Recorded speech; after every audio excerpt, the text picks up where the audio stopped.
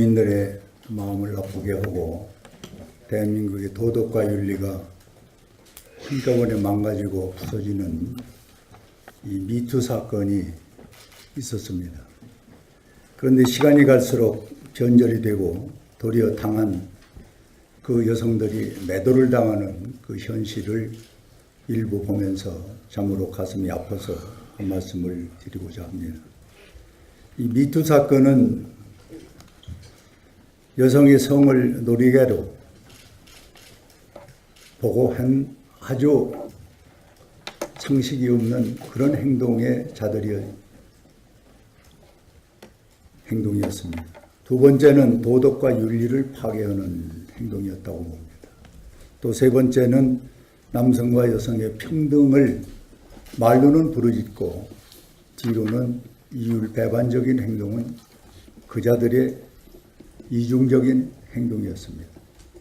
그런데 이것이 시간이 가면서 도리어 여기에 당한 여성들이 매도를 당하고 있는 SNS와 그리고 인터넷에서 글을 많이 보고 있습니다.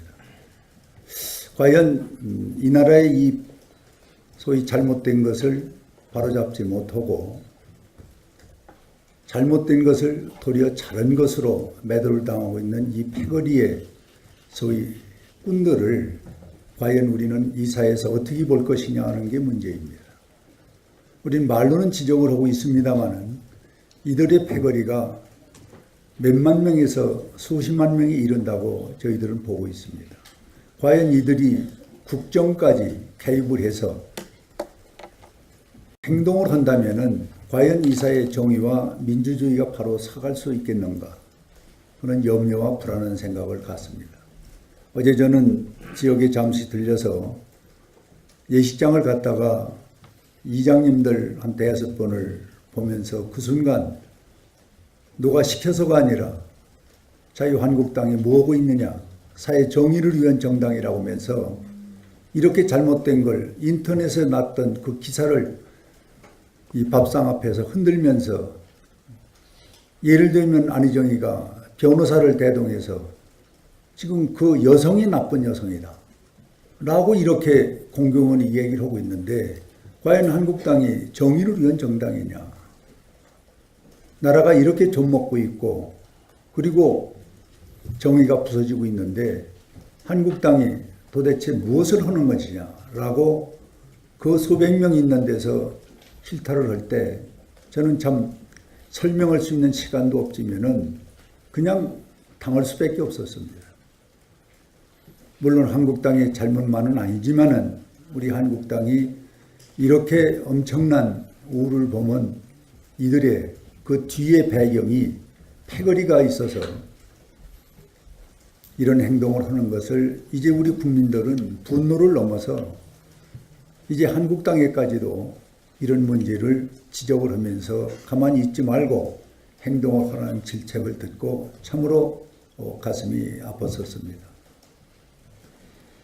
지금 이미 나와 있는 이 성의 패륜들이 지금 변호사를 통해서 무언가 하고자 하는 이 행위는 즉각 중단돼야 되고 그리고 소속되어 있는 민주당은 여기에 대해서 즉각 조치를 하고 본인들은 국민 앞에 사죄를 하는 모습으로 보여야 대한민국의 정의가 살아있고 도덕과 윤리가 살아있다는 것을 그나마나 보여주는 일인가 아닌가 해서 참으로 안타까운 말씀을 드렸습니다. 이상입니다. 청년 일자리 추경 관련해서 한 말씀 드리겠습니다. 정부가 중소기업에 취업하는 청년에게 3 내지 4년 동안 소득을 지원하고 소득세를 면제하고 주거비, 교통비 지원을 통해 연간 약 1,000만 원을 지원하기로 하고 결국 이를 위해 추경카드를 꺼내들었습니다. 청년들이 임금 수준이 낮다는 이유만으로 중소기업에 가지 않는 것도 아닌데 모든 걸 돈으로 해결하겠다는 발상도 한심하지만 국가 채무가 올해만 41조 원이 늘어 연말에는 708조에 이를 전망이라고 합니다. 국민 1인당 나라 빚이 이미 1,300만 원을 넘었는데 청년 실업률을 낮추겠다며 뿌리는 혈세가 결국 누가 떠안아야 하는 빚인지 생각을 해봤는지 묻지 않을 수 없습니다. 실제 중소기업에 정규직으로 취업한 청년의 장기 근속을 유도하는 청년 내일 체험 공제 사업의 작년 집행률은 55%에 불과했지만 올해 이보다 214.4%나 늘어난 2,229억 원을 본 예산에 편성해 놓고도 또 추경으로 밀어넣겠다고 하고 있습니다. 정부가 돈을 주겠다는데도 시장에서 외면받고 있는 실패한 정책에 왜 혈세를 퍼부으려고 하는지 관련해서 중소기업이나 청년들의 의견을 제대로 듣고 있는 것인지 답답한 마음이며 과거 선거 때 재미본 우상 시리즈의 추억을 못 버린 선거용 추경이라는 말 이에는 달리 표현할 말이 없습니다. 특히 이번 일자리 대책은 3년 단기 처방으로 일단 임기 동안은 선심으로 버티고 그 이후의 일은 다음 정권에 알아서 하라는 무책임한 처방이라는 지적을 피할 길이 없습니다. 정부는 졸속 대책으로 나라 곳곳만 축낼 게 아니라 최저임금 인상을 비롯해 비정규직 정규화, 근로시간 단축, 법인세 인상과 같은 반시장 정책이 시장을 얼마나 혼란스럽게 하는지 귀 기울여 주시기 바랍니다. 기업하기 좋은 환경을 만들어 고용을 늘리는 선순환 구조만이 답입니다. 산업 구조를 개편하고 미래 먹거리 발굴에 정부는 총력을 다해 주실 주문드립니다. 이상입니다. 마치 폭로자가 잘못을 한 것인 마냥 이렇게 지역사회에 호도를 하고 있는 그런 문제들이었습니다. 그래서 저희 자유한국당은 미투는 사회적 대변혁의 물결로서 국회가 제도적 시스템 장치로서 폭로자들을 보호하고 또 이 사건이 종결될 수 있을 때까지 뒷받침을 해줘야 되는 게 절실한 겁니다. 그래서 민주당은 한시라도 빨리 성폭력 근절 대책 특위를 지연 국정조사와 함께 3월 임시국회에서 반드시 채택될 수 있도록 적극적인 협조를 부탁드리겠습니다. 아울러 자유한국당은 미투와 관련된 이런 피해자들이 보호받을 수 있게끔 저희 자유한국당 성폭력 근절 대책 특위가 앞으로 현장과 피해자들을 적극적으로 엄호하고 또 케어하는 그런 역할을 저희들이 최선을 다하겠다는 말씀드리면서 우리 윤종필 여가위 간사께서 미투 관련 입법 대책에 대해서 한 말씀 해주십시오. 오늘 오전 10시에 여성가족위원회가 개최됩니다. 성폭력, 성희롱 건절 대책을 주제로 지금 덜불처럼 번지고 있는 미투 운동의 현황과 대책에 대해 여성가족부 장관을 상대로 질의응답 진행될 예정입니다. 성희롱, 성폭력 문제가 우리 사회에 얼마나 만연해 있는지, 이를 뿌리 뽑기 위한 대책은 무엇인지 좀 더 심도 깊게 질의하고 답을 얻어내도록 하겠습니다. 이와 관련하여 그동안 당 소속 의원님들이 발의했거나 준비 중인 미투 운동 관련 법안에 대해 말씀드리겠습니다. 미투 대책법은 피해자를 얼마나 실효성 있게 보호할 수 있느냐, 어떻게 하면 2차 피해를 방지할 수 있느냐, 이것이 관건이 되겠습니다. 이번 첫 번째 법안인 성폭력 방지 및 피해자 보호 등에 관한 법률 일부 개정 법률안은 성폭력 가해자에 대하여 손해배상 책임을 손해의 3배까지 가중하는 징벌적 손해배상 제도를 도입하는 법입니다. 이로써 성폭력을 예방하고 가해자에 대한 제재를 강화하는 것이 목적입니다. 두 번째 법안은 성폭력 범죄의 처벌 등에 관한 특례법 일부 개정 법률안입니다. 이는 현행법은 강간, 특수강도 강간 등 일정한 성폭력 범죄에 대하여 DNA 증거 등 그 죄를 증명할 수 있는 과학적인 근거가 있을 때에는 공소시효가 10년 연장되는 것으로 규정하고 있으나, 이는 성폭력 범죄 피해자를 보호하기 어렵다고 보고 공소시효를 15년으로 연장하는 내용입니다. 현재 20년, 30년 등 공소시효 연장 법안이 발의되어 있는 만큼 이번 기회에 성폭력 범죄에 대한 공소시효 연장을 적극적으로 논의하는 것이 필요하다고 봅니다. 세 번째 법안은 아동 청소년의 성보호에 관한 법률입니다. 최근 중강간 혐의로 불구속 상태에서 재판을 받던 제주도의 한 게스트하우스 관리자가 투숙객이었던 여성을 성폭행 시도 후에 살해한 사건이 발생했었습니다. 성범죄 전력자가 아무런 제한 없이 숙박업소를 운영하거나 취업할 수 있는 것에 대한 국민적 불안감을 종식시키기 위해 휴양 펜션업의 사업장을 취업 제한 대상에 포함시키기 위한 법안입니다. 최근 아동 청소년을 포함한 가족 단위뿐만 아니라 나홀로 여행객이 증가함에 따라 관련 법안에 휴양 펜션업을 성범죄 전력자의 취업 제한 대상 기간에 추가함으로써 법적 사각지대를 최소화할 수 있는 기대 효과가 있습니다. 이뿐만 아니라 본위원이 제출한 양성평등 기본법, 일명 탁현민방지법입니다. 등 미투 운동과 관련하여 우리 사회 내에 만연해 있는 각종 성범죄 근절을 위한 다양한 법안들이 제출되고 있는 만큼 여성가족위원회에서 심도 있게 논의해 나가겠습니다. 당 의원님들의 많은 관심과 적극적인 협조 부탁드립니다. 이상입니다. 네, 지난 13일 사법개혁특별위원회에 출석한 문무일 검찰총장이 공수처 도입이 위헌 소지가 있다고 이 자리에서 발언하고 간 바 있습니다. 그날 문재인 대통령은 경찰대 합동임용식에서 수사권 조정을 다시 언급했습니다. 검찰총장과 청와대 간에 대립하는 모양새가 연출이 됐습니다. 그러고 난 이틀 뒤 강원랜드 채용비리 수사단이 대검찰청과 법무부를 압수수색했습니다. 총장이 지휘하고 있는 반부패부에 대한 압수수색입니다. 이것은 강원랜드 수사에 검찰총장이 부당하게 관여했을 의혹이 있다, 가능성이 있다는 것 때문에 압수수색을 했다고 합니다. 총장과 청와대 간의 불협화음은 이번이 처음이 아닙니다. 지난 작년 11월 7일 날 전병헌 청와대 정무수석에 대한 금품 수수 의혹이 수사가 시작됐습니다. 당시 청와대 보고 없이 전격적으로 수사를 착수했고 11월 20일 날 전병헌 수석을 피의자 신분으로 검찰에서 소환 조사를 했습니다. 그러자 그날 조국 민정수석이 당정청 회의에 참석을 위해서 국회를 방문해서 공수처는 검찰개혁의 상징으로 마무리해야 된다는 발언을 하고 갔습니다. 또 12월 5일 날 문무일 총장이 연내 적폐청산을 마무리하겠다고 하자 다음 날 청와대 고위 관계자는 주요 적폐 수사를 올해 안에 끝내는 것은 불가능하다고 언급한 바도 있었습니다.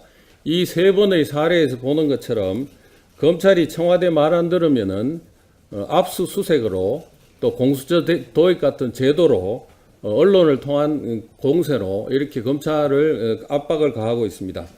문재인 정권에서 검찰 수사 지휘를 하는 것은 총장이 아니고 누가 지휘를 하는지 저희들로서도 의문스럽지 않을 수 없습니다. 수사를 지휘하는 것은 법무부 장관도 구체적인 사건 수사는 검찰총장에게 하지 못하도록 되어 있습니다. 서면으로 하든가 하도록 되어 일반적인 지휘만 하도록 되어 있습니다만 지금 현재 수사는 강원랜드 비리 수사는 특정한 수사를 하라고 청와대에서 구체적으로 지시를 지금 하고 있는 이런 상태입니다. 검찰과 청와대 간의 엇박자가 점입 가경이고 검찰이 수사를 하는 주체가 아니라 청와대가 지금 수사하는 주체로 보여집니다. 즉각 이런 것은 시정되어야 한다고 생각합니다. 자유한국당의 권양숙 여사를 비롯한 일가 가족들이 640만 불 보증 의혹에 대해서는 고발장이 들어간 지 벌써 6개월 가까이 되고 있는데도 아직까지 수사 시작도 하지 않고 있습니다. 이재명 성남시장의 네이버를 비롯한 경기도의 주요 기업들로부터 협찬 기부를 통해서 희망살림의 5년의 사업에 그 협찬 기부금이 쓰여지지 않고 성남FC의 사용되어진 부분에 대해서 우리 당에서 고발 제기한 부분도 역시 수사가 이루어지지 않고 있습니다. 지난 이틀 전에는 울산 김기현 시장이 자유한국당 6.13 강력단체장 공천이 확정되자마자 기다렸다는 듯이 경찰의 압수수색이 시작이 됐습니다. 지금 문재인 정권이 전방위적으로 벌이고 있는 이 무시무시한 야당 탄압은 6.13 선거를 자유한국당이 제대로 치러내자 낼 수가 없는 그런 공포감에 많은 후보들도 흔히 말하는 내사다, 뒷조사다 이래서 유력 후보들이 아예 출마 자체를 포기하고 마는 그런 엄청난 지금 공안 정국을 조성하고 형성하고 있는 이 문재인 정권이 그렇게 해서 대통령 간제 개헌안을 6.13 선거에 덧붙여서 국민들의 어떤 판단을 이끌어내고자 하는 것인지 자유한국당은 심각하게 이 엄중한 사안에 대해서 특단의 대처를 할 것임을 천명합니다. 이 밥상 앞에서 흔들면서 예를 들면 안희정이가 변호사를 대동해서 지금 그 여성이 나쁜 여성이다 라고 이렇게 공경원이 얘기를 하고 있는데 과연 한국당이 정의를 위한 정당이냐. 나라가 이렇게 좀먹고 있고 그리고 정의가 부서지고 있는데 한국당이 도대체 무엇을 하는 것이냐라고 그 수백 명 있는 데서 실타를 할 때 저는 참 설명할 수 있는 시간도 없지만은 그냥 당할 수밖에 없었습니다. 물론 한국당의 잘못만은 아니지만은 우리 한국당이 이렇게 엄청난 우를 보면 이들의 그 뒤에 배경이 패거리가 있어서 이런 행동을 하는 것을 이제 우리 국민들은 분노를 넘어서 이제 한국당에까지도 이런 문제를 지적을 하면서 가만히 있지 말고 행동을 하라는 질책을 듣고 참으로 가슴이 아팠었습니다.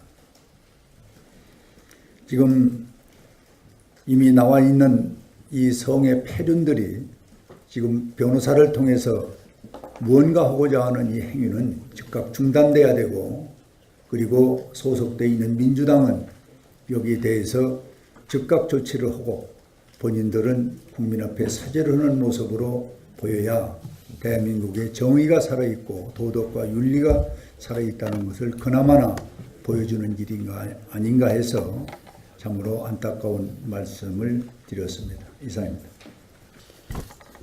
청년 일자리 추경 관련해서 말씀드리겠습니다. 정부가 중소기업에 취업하는 청년에게 3 내지 4년 동안 소득을 지원하고 소득세를 면제하고 주거비, 교통비 지원을 통해 연간 약 1,000만 원을 지원하기로 하고 결국 이를 위해 추경 카드를 꺼내들었습니다. 청년들이 임금 수준이 낮다는 이유만으로 중소기업에 가지 않는 것도 아닌데 모든 걸 돈으로 해결하겠다는 발상도 한심하지만 국가 채무가 올해만 SNS와 그리고 인터넷에서 글을 많이 보고 있습니다. 과연 이 나라의 이 소위 잘못된 것을 바로잡지 못하고 잘못된 것을 도리어 잘한 것으로 매도를 당하고 있는 이 패거리의 소위 꾼들을 과연 우리는 이 사회에서 어떻게 볼 것이냐 하는 게 문제입니다. 우리는 말로는 지적을 하고 있습니다마는 이들의 패거리가 몇만 명에서 수십만 명에 이른다고 저희들은 보고 있습니다. 과연 이들이 국정까지 개입을 해서 행동을 한다면은 과연 이 사회의 정의와 민주주의가 바로 서갈 수 있겠는가 그런 염려와 불안한 생각을 갖습니다. 어제 저는 지역에 잠시 들려서 예식장을 갔다가 이장님들 한 5번을 보면서 그 순간 누가 시켜서가 아니라 자유한국당이 뭐하고 있느냐 사회 정의를 위한 정당이라고 하면서 이렇게 잘못된 걸 인터넷에 났던 그 기사를 11조 원이 늘어 연말에는 708조에 이를 전망이라고 합니다. 국민 1인당 나라 빚이 이미 1,300만 원을 넘었는데 청년 실업률을 낮추겠다며 뿌리는 혈세가 결국 누가 떠안아야 하는 빚인지 생각을 해봤는지 묻지 않을 수 없습니다. 실제 중소기업에 정규직으로 취업한 청년의 장기 근속을 유도하는 청년 내일 체험 공제 사업의 작년 집행률은 55%에 불과했지만 올해 이보다 214.4%나 늘어난 2,229억 원을 본 예산에 편성해 놓고도 또 추경으로 밀어넣겠다고 하고 있습니다.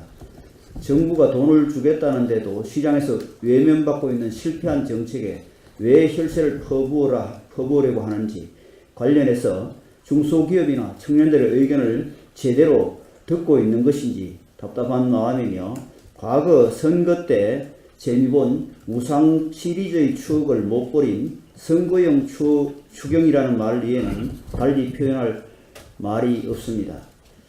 특히 이번 일자리 대책 국민들의 마음을 나쁘게 하고 대한민국의 도덕과 윤리가 한꺼번에 망가지고 부서지는 이 미투 사건이 있었습니다.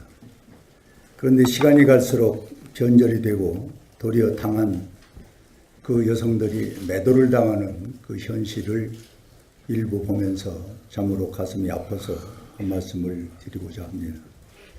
이 미투 사건은 여성의 성을 놀이개로 보고 한 아주 상식이 없는 그런 행동의 행동이었습니다. 두 번째는 도덕과 윤리를 파괴하는 행동이었다고 봅니다.